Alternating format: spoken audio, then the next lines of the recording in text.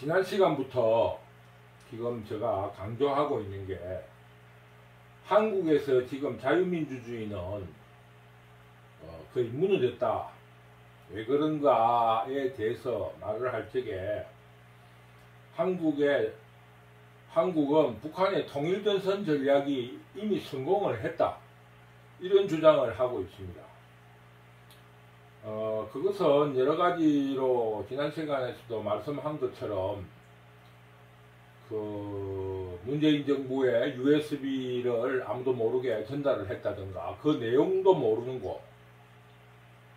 무슨 그 대통령이 첩보원입니까? 대통령으로서 할 수 없는 일을 한 거예요. 두 번째, 북한에서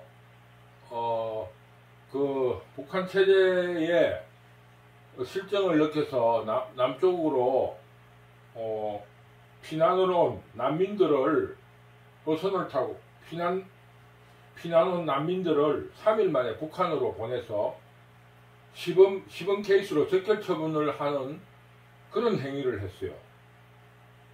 그러면은 북한 체제에 있는 인민들이 얼마나 불안하겠습니까? 남한도 이미 북한의 통일전선 전략에 녹아났다는 걸 이미 그걸로 실정을 북한 인민들이 확인을 하는 거 아니겠습니까? 누군가 말한 것처럼 이 정치라든가 정책은 주관자의 의사가 아니라 국민들이 받아들이는 그 태도에 있는 겁니다. 그런 의미로 보면은 북한 난민들을, 북한 이주민들 혹은 북한 이탈민들을 3일 만에 북한에 보냈다는 것은 얼마나 큰 행위인지 모릅니다. 그리고 또 우리 국민들의 안전을 보호해야 할 정부와 대통령이 국민들을 속이고 근무 중에 바다에 빠진 공무원을 탈북하려다가 코로나 때문에 코로나로서 받아들일 수 없어서 사살을 했다 하는 어처구니없는 거짓말을 하고 있는 겁니다. 그런 걸로서 이미 자유민주주의 체제가 아니라 낮은 수준의 연방제 단계에 돌입을 했다. 문재인 정부 때. 저는 그렇게 보고 있습니다. 그런 의미에서 통일전선 전략이라는 게 그런 거예요. 북한의 정책 혹은 북한의 이념에 동조하는 사람을 남쪽에다가 한국에다가 많은 사람들을 교육시키고 그렇게 해서 우리나라 국민들의 대다수가 북한에 동조하게 만드는 그런 전술을 말합니다. 지금 간단하게 말하면 문재인 정부의 그런 어처구니 없는 행위에 대해서 국민들이 이상하게 생각하지 않습니다. 또 비판하는 사람도 별로 없어요. 저는 그런 의미에서 지금 이재명의 반윤 세력들이 이재명을 지지하는 것은 어떤 북한의 어떤 전략적인 지령 혹은 어떤 전략적인 그런 메시지가 내려왔지 않느냐, 저는 그런 의심도 하고 있습니다. 왜냐하면은 정상적인 국민이라면 이재명을 지지할 수 없습니다. 그러나 북한에서는 왜 이재명을 지지를 할 수 있느냐? 이재명같이 약점이 많은 사람일수록 집권 후에 언제든지 뒤집어낼 수 있으니까 그 약점을 쥐고 그들의 의혹을, 북한의 의사를 더욱 강력하게 집행할 수 있는 겁니다. 저는 그렇게 보고 있습니다. 그래서 그러면은 그런 어떠한 정치적인 의미를 떠나서 지금 우리나라의 정책은 어떻게 되어 있는가 제가 한번 분석해 보도록 하는 겁니다. 지금 현재로 간단하게 말하면은 자유민주주의의 폐단이 있습니다. 왜냐하면은 자유 경쟁을 하기 때문에 유능한 사람 혹은 그 생산 수단을 갖춘 자본이라 하든가 교육이라든가 정보라든가 권력을 갖춘 사람일수록 경쟁에 유리하게 되는 거 아니겠습니까? 그리고 눈사람을 만들 때처럼 그 생산 수단이 많으면 많을수록 한 번 굴릴 때마다 눈이 커지는 거예요. 작은 사람은 아무리 10번 수십 번 굴려도 눈덩이가 잘 안 불어나잖아요. 그게 자본주의 사회에서 말하는 규모의 경제입니다. 규모의 경제. 그래서 저도 어떤 부분에 대해서 어떤 부분에 우리나라 체제에 조금 개혁해야 될 부분이 있다. 이런 부분을 말하면은 재벌 체제에 대해서는 조금 뭐라 그러겠습니까? 개혁에 손을 대야 될 부분이 있다고 봅니다. 왜냐면은 그 재벌 해체가 아니라, 왜냐면 지금 재벌은 거의 독과점이거든요.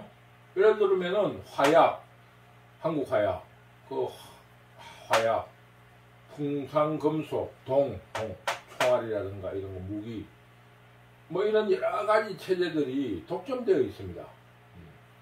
지금 우리나라의 지금 재벌 구조는 어떤 의미에서 말하면은 그 예전 박정희 시대의 중화학공업 그 정책의 경쟁 체제에서 IMF를 맞이하고, IMF까지는 아니지만은 그 국가에 혼란이 오고 이래가지고 그 전두환 대통령이 집권함과 동시에 중화학공업 조정 정책을 실시했잖아요.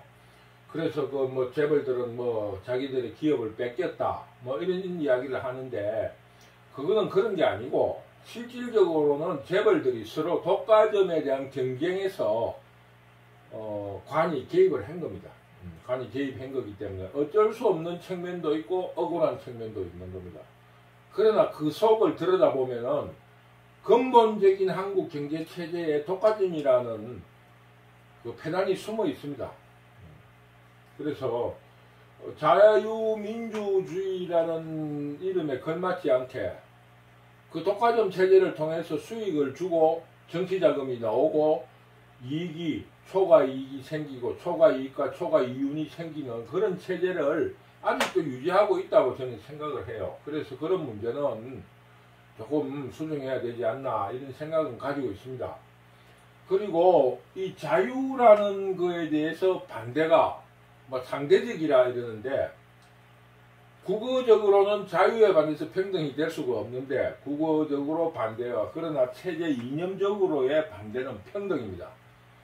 평등인데, 평등은 자유롭게 하면 평등이 안 되잖아요. 그러면 그 평등은 다른 말로 하면 무슨 말이냐 하면은, 다른 말로 하면은 그 뭡니까, 국가의 간섭, 좋은 말로 하면은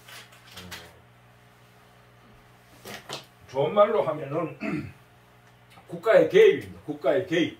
국가의 개입이고, 나쁜 말을 하면 국가의 간섭입니다. 간섭. 그래서 북한이라든가 공산체제에서 평등하기 위해서 뭡니까? 모든 일이 국가에 의해서 집행되는 겁니다. 국가에 의해서 집행. 개인의 행위가 있을 수가 없습니다. 왜? 평등해지기 위해서는. 그래서 평등에 하기 위해서 국가의 간섭을 평등이라 할 수 있습니다. 평등. 그런데 그런 평등 정책을 다른 말로 하면 국가의 간섭 정책, 이념적으로 말하면 이념적인데, 이념적이라는 말은 국가의 간섭 정책이 지금 우리나라는 어떻게 되어 있는가 대강 한번 둘러보자고요. 1980년대를 기점으로 87체제라는데 기점으로 민주체제가 이루어졌다고 대강 모든 사람들은 생각하고 있어요.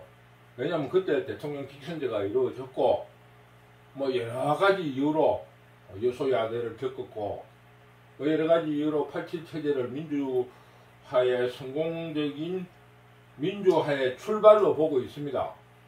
그 전에는 노동조합도 만들어줄 수가 없었고 또 여러가지 문제가 있었습니다. 근데 노동조합에 대해, 노동자들에 대해서 한번 알아봅시다. 평등을 위해서 이제 국민연금 기업과 정부가 부담하면서 뭡니까 노동자들도 부담하고 삼자가 보면 국민연금이 있습니다. 사대보험, 건강보험, 그것도 전적으로 노동자가 부담하지 않아요. 고용보험, 산재보험. 그 다음 뭡니까? 조합, 노동조합. 지금 노동조합은 아무나 만들 수 있습니다. 조건만 되면. 이까지만 이야기를 해요. 뭐냐면은 산만해지니까 이 모든 정책이 지금 노동자들에게 이게 보장되었습니다. 87년도를 기점으로 이야기하는 거예요. 그리고 계속 이 부담률이, 노동자 부담률이 줄어들었어요. 노동자 부담은 줄어들고 정부와 기업의 부담은 올라갔습니다. 그리고 20년 이상이 되면은 자기들이 받는 봉급과 거의 비슷한 수준이 되어 있습니다. 그래서 아시는 분은 아시겠지만은 노동자들이 20년을 근무한 이후에는 연금이 나오니까 퇴직하는 사람들이 많이 있어요. 퇴직. 자기 봉급 수준과 연금하고 별 차이가 안 나면 퇴직을 합니다. 지금 현재 그런 실정에 있습니다. 일반 국민도 의료보험, 건강보험이죠. 임대주택, 생활보호 대상자라든가 기초생활수급자,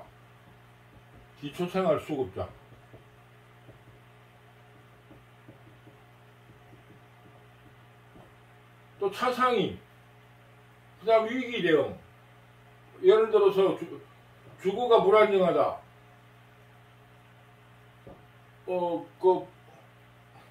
뭐 여러 가지로 자기가 현재 생활이 안 된다, 기초생활이 안 된다. 모든 정부에서 약 월 50만원 정도에 50만원 정도로 지급을 합니다. 50만원을 기준으로.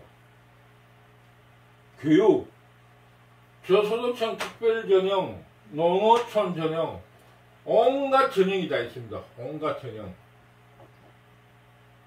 그리고 좋은 대학이든 나쁜 대학이든 전문대학이든 대학교만 들어가면 국가장학금이 나옵니다. 안 갚아도 됩니다. 그건 갖게 돼 있어요. 왜? 안 갚는다는 거는 뭐냐면 소득이 없을 때, 취직이 안 돼가 소득이 없으면 안 갚아야 됩니다. 소득이 있으면 일정한 비율로 갚아야 돼요. 그러나 국가장학금은 어떤 대출적인 기준 가지고 있는데 누구나 국가장학금은 탈 수 있습니다. 입학만 하면. 대학원도 입학만 하면 탈 수 있습니다. 물론 유럽하고 다르게 갚아야 됩니다. 소득이 있을 시에는. 이것 정도 이외에도 굉장히 많이 있습니다. 쉽게 말하면 근로장려금,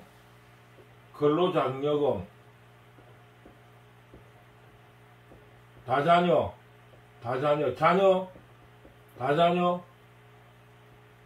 뭐 육성기금, 뭐 이런 게 많아요. 그리고 지금 현재 기가 찬 일은 국가의 개입의 결정적인 배급제를 맛보이는 게 재난지원금입니다. 누구에게나 30만원, 50만원 주는 겁니다. 제가 왜 이런 정책을 이야기했느냐. 제가 알고 있는 것만 이 정도예요. 교과서에서 찾아보지도 않고 제가 알고 있는 것만 가지고 강의를 했는데, 제가 왜 이런 이야기를 하게 됐느냐. 이 모든 지금 세계에 있는, 전 세계에 있는 복지정책, 정부가 할 수 있는 모든 정책이 우리나라에 거의 다 도입됐습니다. 거의 다 도입됐습니다. 지금 현재 소련의 붕괴로 없어졌다는 공산주의, 자유민주주의, 이 경계가 지금 우리나라에 지금 경계가 애매합니다. 지금 유럽의 노동당이라든가 사회민주주의 정당보다 이미 우리나라에 정부 간섭 정책이 더 많이 들어와 있습니다. 이 이상 넘어가면, 지금 현재 기준을 넘어가면은, 이 이상 넘어가면은 자유주의가 아닙니다. 이미 지금 공산주의에 가까워요. 그래서 제가 생각할 적에는 이 이상 정책적으로 넘어가면은 국민들이 경쟁의욕 혹은 성실한 삶에 대한 욕구를 상실합니다. 지금 현재 이미 위험수위에 있습니다. 위험수위. 그러면은 제가 말씀드린 그것이 바로 공산화예요. 지금 이미 공산화가 이루어졌다는 겁니다. 왜? 성실하게 일할 이유가 없는 거예요. 20대, 30대의 주 대화 내용이 어떻게 이런 국가 간섭 정책, 평등 정책에 대한 돈을 받을 것이냐에 대한 고민을 하고 있습니다. 서로 정보를 교류하고 있어요. 그건 뭐냐? 성실하게 살고 싶어 하는 욕구, 자유 경쟁에 뛰어들고 싶은 욕구가 없는 거예요. 뭐 그냥 그렇게 사나 코리안 드림이 없습니다. 그러면은 지금 우리나라에 일어나는 이런 일들은 어떻게 해서 일어나느냐? 기본적으로 공산자파들이 집권을 했기 때문에, 공산자파들이 집권했기 때문에 공산자파들이 집권을 함으로써 공산자파들 곧 통일전선이 성공한 겁니다. 그럼 왜 지금 우리나라의 정치인들이 통일전선에 동조를 하고 있느냐? 두 가지 이유가 있습니다. 1차적으로 자기들은 통일에 대해서 역사적으로 통일의 역사에 기록되거나 영웅이 되고 싶은 거예요. 두 번째로 통일전선을 이루면서 계급화돼가지고 영구적으로 계급화됩니다. 쉽게 말하면 백두혈통이 되는 거예요. 백두혈통. 그러나 낮은 수준의 연방제를 우리나라 공산자파들은 낮은 수준의 연방제를 선호하지만 통일은 원하지 않습니다. 왜? 통일 후에는 북한과 또 권력 다툼을 해야 되잖아요. 보장이 없습니다. 왜냐하면은 권력의 자리는 한정되어 있잖아요. 통일되면 일단 곱하기가 된다니까. 그 반은 줄여야 됩니다. 그러니 남한의 공산자파들은 반통일 세력입니다. 반통일 세력. 그러나 평화라는 이름으로 연방제를 선호해요. 연방제. 두 번째는 뭐냐면은 자본주의에 대한 이해도가 부족합니다.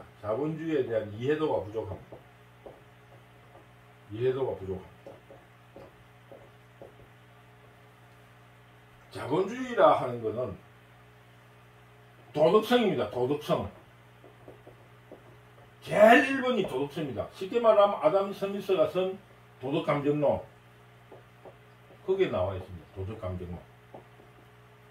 자본주의에는 가장 우선이 도덕성입니다.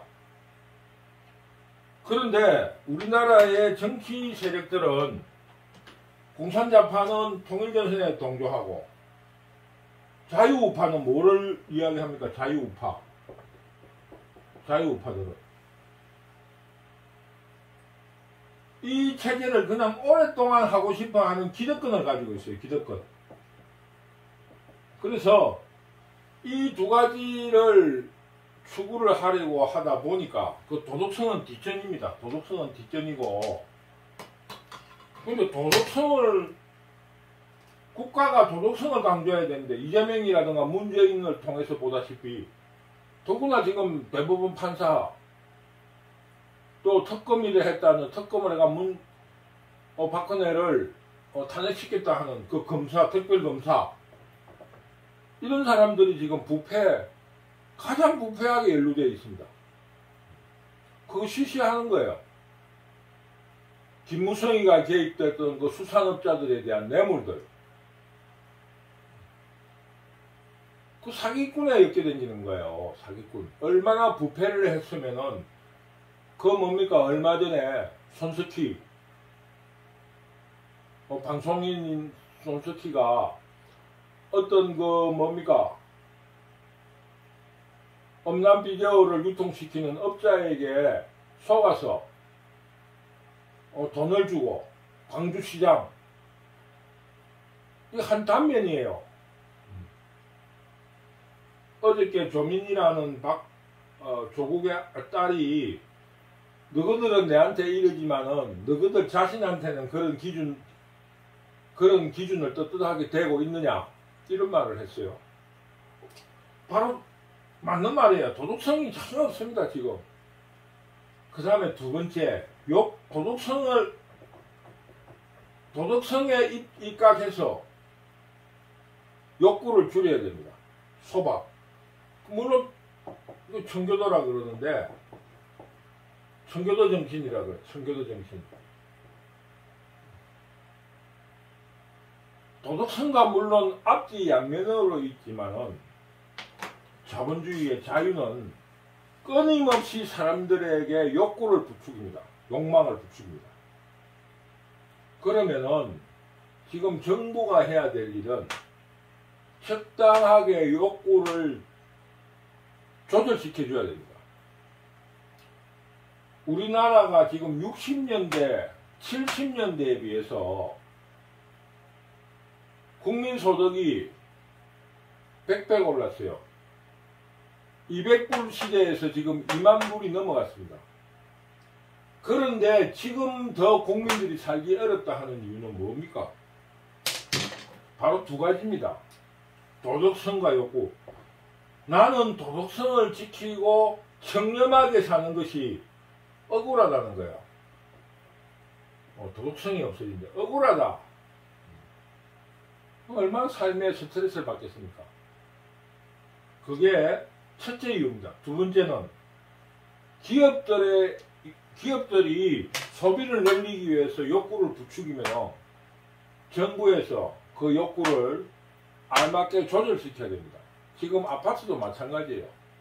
아파트 분양이 평당 1억이에요. 그럼 30평 아파트가 30억입니다. 이거는 일반 국민들이 평생을 모아도 모을 수 없는 돈이에요. 도덕성을 가지고 한다면. 그럼 어떻게 해야 됩니까? 낮춰야 됩니다, 이거를. 어떻게 낮추느냐? 안에 대리석을 깔고 비싼 외제 시장을 할 필요가 없습니다. 지금 이 반으로 줄일 수 있습니다. 5천만 원으로 줄일 수 있어요. 15억 할 수 있어요.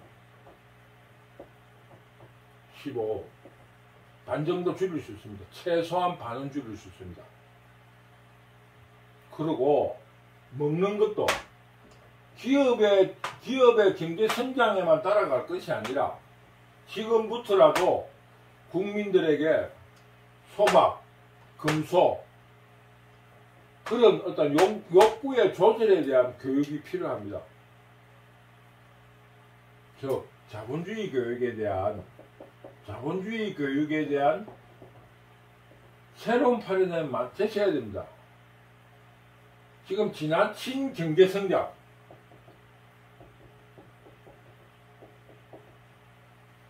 여기에 대해서 새로운 안목, 새로운 뷰포인트, 새로운 관점을 제시해야 됩니다. 경제성장에 대해서. 이대로는 나라가 이루어질 수가 없습니다.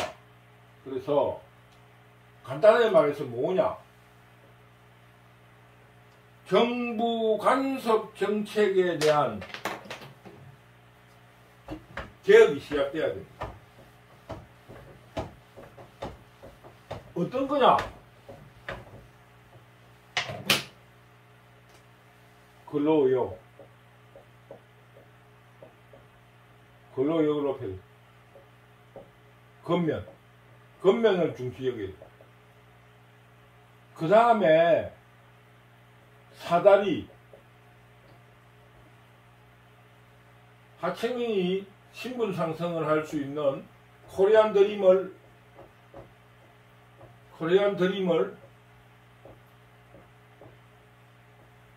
제시해야 됩니다. 세 번째, 추락한 사람에 대한 복지예요. 복지. 아무나 가난하다, 노동자다, 이거는 이제 안 된다 이거예요. 가난함을 제약시해야 됩니다. 가난함을 제약시해야 됩니다. 60년대, 70년대 가난해도 악착같이 산 사람은 다 삽니다. 지금도 제가 그 대중들하고 소통을 해보면은 요즘 가장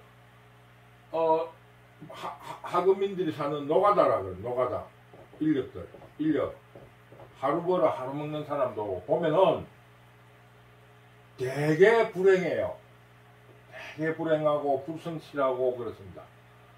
그런데 그 중에도 보면은 국민학교도 채 나오지 않고 열심히 해서 아무 기술 없이 노동일을 하다가 조그마한 기술을 배워서 용접을 하고, 그러다가 철물 같은 거를 용접하는 철물 시공 같은 걸 하다가 사장이 돼가 사는 사람이 많아요. 있습니다. 이런 사람 많이 있습니다. 세상은 누구나 하청 젊을 때는 사다리 하급에서 올라가는 겁니다. 그런데 우리 지금 이거 젊은 사람들은 이런 과정을 싫어합니다. 이런 과정에 있지 않습니다. 그러니 복지, 여기에서 실패한 사람에 대한 복지 정책을 세워야 된다. 무조건 가난하다, 노동자다, 이런 걸로는 복지 정책을 실천해서는 안 되는 겁니다. 이런 사람에 대한 복지보다는 수용 혹은 재교육, 교육, 이런 교육이 필요합니다. 이런 사람에 대해서. 복지란 뭐냐? 애초부터 경쟁에 뛰어들 수 없는 사람, 애초부터 경쟁에 뛰어들 수 없는 사람, 장애인들, 뭐 이거 기타 이거. 두 번째, 경쟁에서 추락한 사람, 이런 사람의 대상이어야지. 가난하다, 노동자다, 이걸로서는 안 된다. 그래서 우리나라의 정책적인 이념적인 정책은 근로의욕과 근면성을 높이는 것으로 정책 방향이 바뀌어야 된다. 두 번째, 사다리 정책이 튼튼해야 된다. 사다리 올라갈 수 있는 거. 그래서 저는 교육에 대한 국가 간섭 혹은 평등 정책은 더 높여야 된다. 이거보다 더 높여도 된다고 봅니다. 그러나 뭐 특별 전형, 외국인 전형, 외국 유학 갔다 온 사람 선호하고 이런 거는 없애야 되는 거예요. 이건 복지하고 아무 상관없는 겁니다. 그러니 이 사다리 정책을 위해서 교육은 더 높이자. 대책이 그렇습니다. 복지 강화해야 되는데 이렇게 두 가지 범위로 좁혀나가요. 마지막으로 가난하다, 노동자다, 이것으로는 복지 정책을 실시해서는 안 됩니다. 강의를 마치면서 제가 상담하고 대중운동을 하면서 상담하고 실제로 목격했던 사례를 이야기하면서 끝을 맺도록 하겠습니다. 그 이제 제가 노원구에 살았는데 노원구에서 대중운동을 좀 했는데 어떤 한 여자분이 저한테 상담을 왔어요. 이분은 그 미혼모였어요. 미혼모. 그분의 정체가 밝혀질까 싶어서 자세히 이야기는 할 수가 없는데 간단하게 말하면은 그 강원도 화천에서 자랐는데 거기에 뭐 한 70년대였겠죠. 시골에 뭐 가난하게 살았는데 뭐 학교도 그렇고 이랬는데 그 시절에 그런 시골 산골 여인에게 그 대학 나온 ROTC 장교는 어마어마한 백말탄 남자 아니었겠습니까? 그래서 거기에 ROTC 장교와 연애를 해가지고 애를 뵀는데 이제 이 여자분은 굉장히 큰 꿈에 부풀었겠죠. 근데 이 분이 연애를 하고 이러다 보니까 그 바깥에서 그날 당직 근무를 써가 외근을 못 나가니까 집에 못 가니까 자기가 당직 근무를 써야 되는데 바깥에 나와가지고 술을 먹고 들어가다가 교통사고로 죽은 거야. 근무 이탈이잖아요. 그러니까 그 사람이 보상도 못 받은 거예요. 보상도 못 받았고 그러니 뭐 저쪽 그 남자편 쪽에서도 가족에서도 이 여자분에 대해서 신뢰가 없고 이러다 보니 이 여자분이 그래도 그 산골 여인으로서는 참 백말탄 왕자였으니까 자식에 대한 그런 어떤 기대도 있고 또 시골에 촌부보다는 이 사람이 낫겠다 싶어서 애라도 잘 키우겠다고 해서 애를 놓은 거야. 그래서 이제 혼자서 애를 키우다 보니까 가난하게 됐고 그래서 임대 아파트를 사게 됐어요. 임대 아파트를 사게 됐는데 뭐 제법 한 10년이 흘렀어요. 그랬는데 이 사람이 이제 애를 놓고 20년이 지났는데 이 제도가 임대 아파트 제도가 미혼모라도 그 자식이 미성년자를 벗어나면 고등학교를 졸업하고 미성년자를 벗어나면은 임대 아파트 대상에서 제외되게 돼 있었던 거예요. 그 여자분이 고민을 하는 거예요. 근데 뭐 우리가 한국 사회의 전체적인 구조상으로 이해가 되는 부분이 있지만 여자 혼자서 애를 벌어먹이다 보니까 애도 뭐 그렇게 잘 성장이 된 건 아닌 모양이더라고. 그러니까 뭐 혼자서 애 키우기가 쉬운 건 아니니까.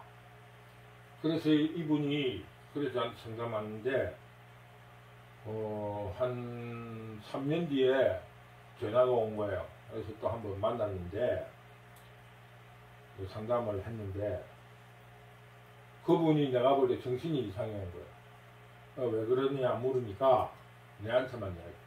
자기가 쫓겨나게 됐으니까 옆에서 이래 보니까 그 임대아파트 사는 사람이 자기가 볼 때는 멀쩡한데 정신장애인이라고 하면서 그 정신병으로 분리돼가지고 거기 있는 거를 자기가 보고 자기도 정신병이라고 주장한 거예요.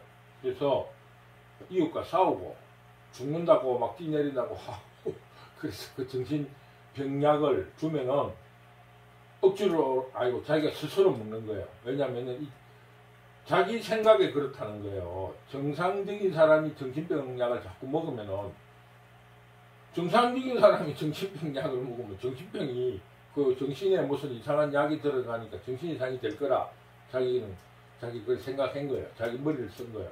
자기도 먹고 아들도 먹인 거예요. 그래서 두 사람이 다 정신병이 돼가 있더라고요. 아주 심한 정신병이에요. 그럼 이웃에 그 정거를 보호해야 되니까 그 아파트 동에서 난동을 부리는 거예요.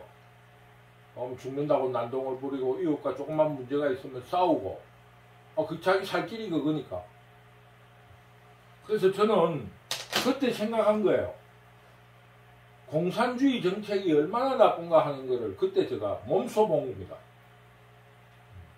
그 사람은 생존해야 되니까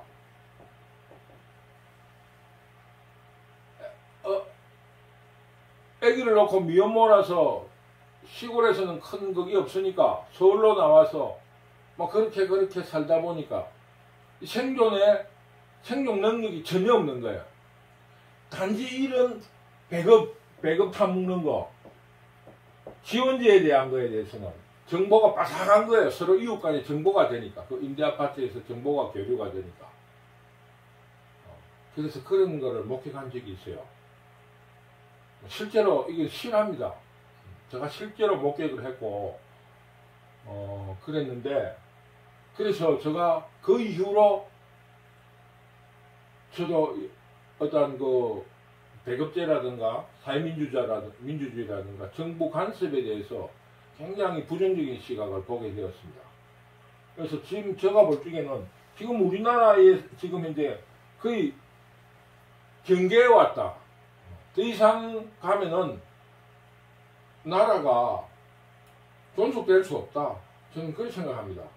그래서 다른 사람들이라든 정책 위반자들은 아직도 뭐 출산율에 대해서 이야기하는데, 출산율도 이 도덕성과 그 뭡니까? 그